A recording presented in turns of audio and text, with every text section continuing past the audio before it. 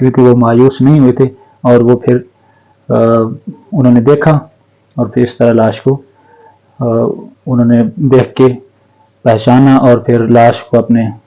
طور پر انہوں نے حاصل کیا۔ تو عرض کرنے کا مقصد یہ ہے کہ اللہ رب العزت کا ایک قانون ہے کہ اللہ رب العزت فرماتا ہے کہ وَلَنَبْلُوَنَّكُمْ بِشَيْءٍ مِّنَ الْخَوْفِ وَالْجُوعِ وَنَقْصٍ مِّنَ الْأَمْوَالِ وَالْأَنفُسِ وَالثَّمَرَاتِ وَبَشِّرِ الصَّابِرِينَ الَّذِينَ إِذَا أَصَابَتْهُمْ مُصِيبَةٌ قَالُوا إِنَّا لِلَّهِ وَإِنَّا إِلَيْهِ رَاجِعُونَ أُولَٰئِكَ عَلَيْهِمْ صَلَوَاتٌ مِّن رَّبِّهِمْ وَرَحْمَةٌ وَأُولَٰئِكَ هُمُ الْمُهْتَدُونَ۔ اللہ رب العزت فرماتا ہے کہ ہم تمہیں ضرور آزمائیں گے، وَلَنَبْلُوَنَّكُمْ بِشَيْءٍ مِّنَ الْخَوْفِ وَالْجُوعِ وَنَقْصٍ مِّنَ الْأَمْوَالِ وَالْأَنفُسِ وَالثَّمَرَاتِ، خوف سے، بھوک سے، جانوں اور پھلوں اور خوراک کی کمی سے ہم تمہیں ضرور آزمائیں گے۔ وَنَقْصٍ مِّنَ الْأَمْوَالِ وَالْأَنفُسِ، یعنی مالوں کی کمی سے، جانوں کی کمی سے ہم تمہیں آزمائیں گے۔ تو آزمائیں گے ضرور، جس کی جتنی استطاعت ہوگی اتنا ہی وہ اس کے اندر ثابت قدم رہے گا، اور جو ثابت قدم رہتے ہیں ان کے لیے اللہ رب العزت فرمائے کہ بشر الصابرین،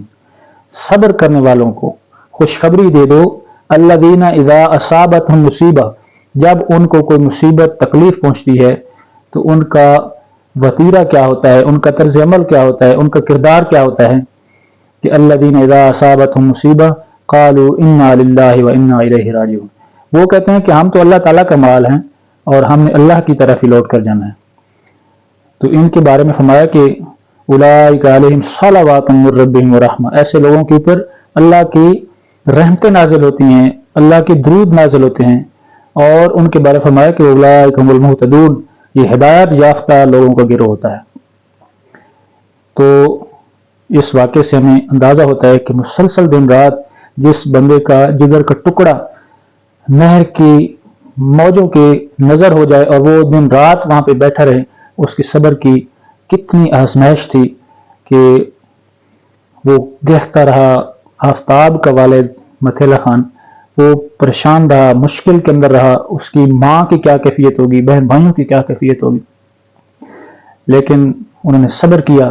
اور مایوس نہیں ہوئے۔ اللہ تقنطوا من رحمت اللہ، اس آیت کے مصداق کہ رحمت الہی سے مایوس نہیں ہوتے، وہ مایوس نہیں ہوئے۔ ٹیمیں چلی گئیں، 1122 والے بھی آخر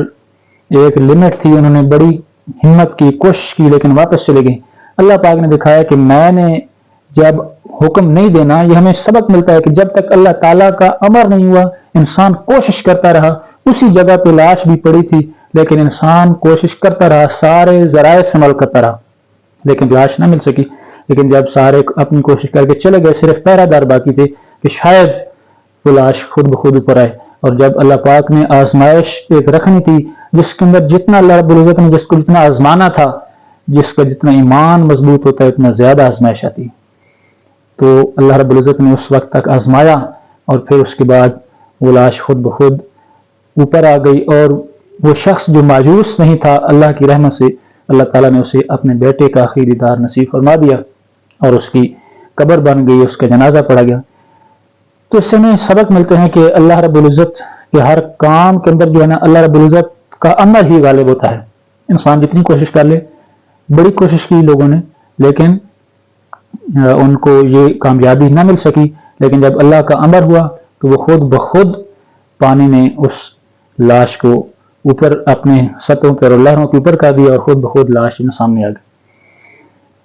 تو ایک تو یہ ہمیں سبق ملتا ہے کہ کوئی بھی کام ہے، یہ پریکٹیکل ابھی ہمیں نظر آ چکا ہے، مختلف واقعات سے ہمیں اس طرح کے سبق ملتے ہیں کہ انسان جتنی کوشش، انسان کا کام ہے کوشش کرنے، لیکن جتنی کوشش کر لے لیکن ہوتا وہی ہے جو منظور خدا ہوتا ہے۔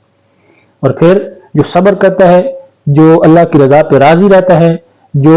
اللہ کے حکم کے اوپر سر تسلیم خم کرتا ہے اور واویلا نہیں کرتا، ماتم نہیں کرتا، بلکہ صبر کرتا ہے، اللہ کے حکم کے اوپر انا للہ و انا الیہ راجعون پڑھتا ہے مصیبت کے اوپر، تو اللہ رب العزت اس کو پھر اجر بھی عطا فرماتا ہے، اس کو مایوس نہیں لوٹاتا۔ تو یہ اللہ کی آزمائش تھی، اس میں ثابت قدم رہے ہمارے بھائی، ثابت قدم رہے، تو اس وجہ سے اللہ رب العزت نے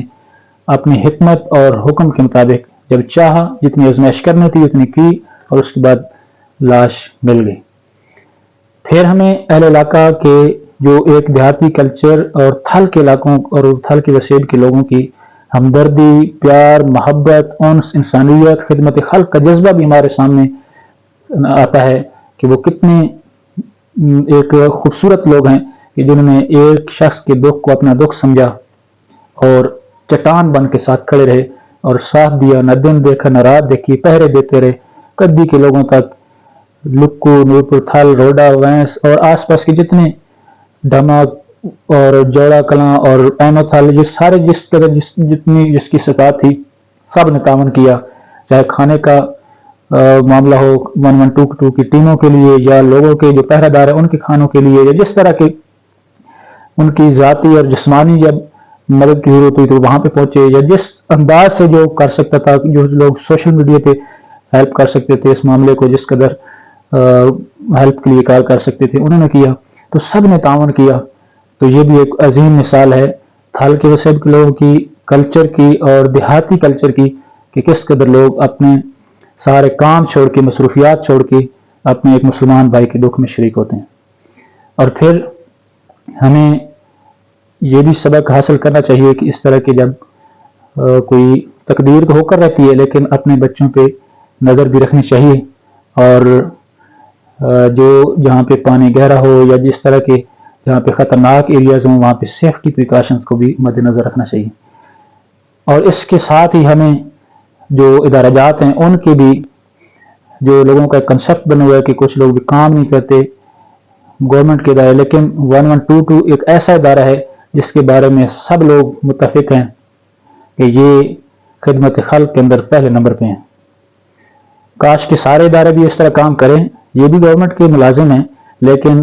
انہوں نے ڈیوٹی آرز کو نہیں دیکھا، وقت کو نہیں دیکھا، دن اور رات کو نہیں دیکھا، بلکہ اپنی جان کی بازی لگا کے یہ مسلسل محنت کرتے رہے، اور باقی الائنس جتنے بھی ان کے ساتھ تھے وہ بھی کوشش کرتے رہے، لیکن 1122 کی محنتوں کو، محبتوں کو اور جو ایک خدمت خلق کے جذبے کو ہم سلوٹ پیش کرتے ہیں کہ انہوں نے اس قدر جاں فشانی کے ساتھ کوشش کی۔ اور پھر اللہ رب العزت، ہر کام کے اندر اللہ رب العزت کی حکمت ہوتی ہے، انہوں نے اپنی بھرپور کوشش کی لیکن کامیابی نہ مل سکی۔ پھر جب اللہ رب العزت کا امر ہوا تو وہ بچے کی لاش بھی مل گئی۔ ہم دعا کرتے ہیں اللہ رب العزت سے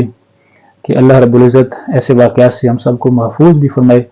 اور ایک دوسرے کے ساتھ پیار محبت کے ساتھ رہنے کی بھی توفیق عطا فرمائے،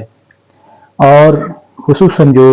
بچے اس جہان فانی سے چلے گئے ہیں ان کے والدین، ان کے ماں باپ، ان کے بہن بھائیوں اور تمام لواحقین کو صبر جمیل عطا فرمائے، اور بچوں کی روحوں کو جنت الفردوس کے اندر اعلیٰ مقام عطا فرمائے۔ وہ یقین شہید ہیں، بخشے ہوئے ہیں، اور ان کے صدقے لواحقین کو اجر جزیل عطا فرمائے۔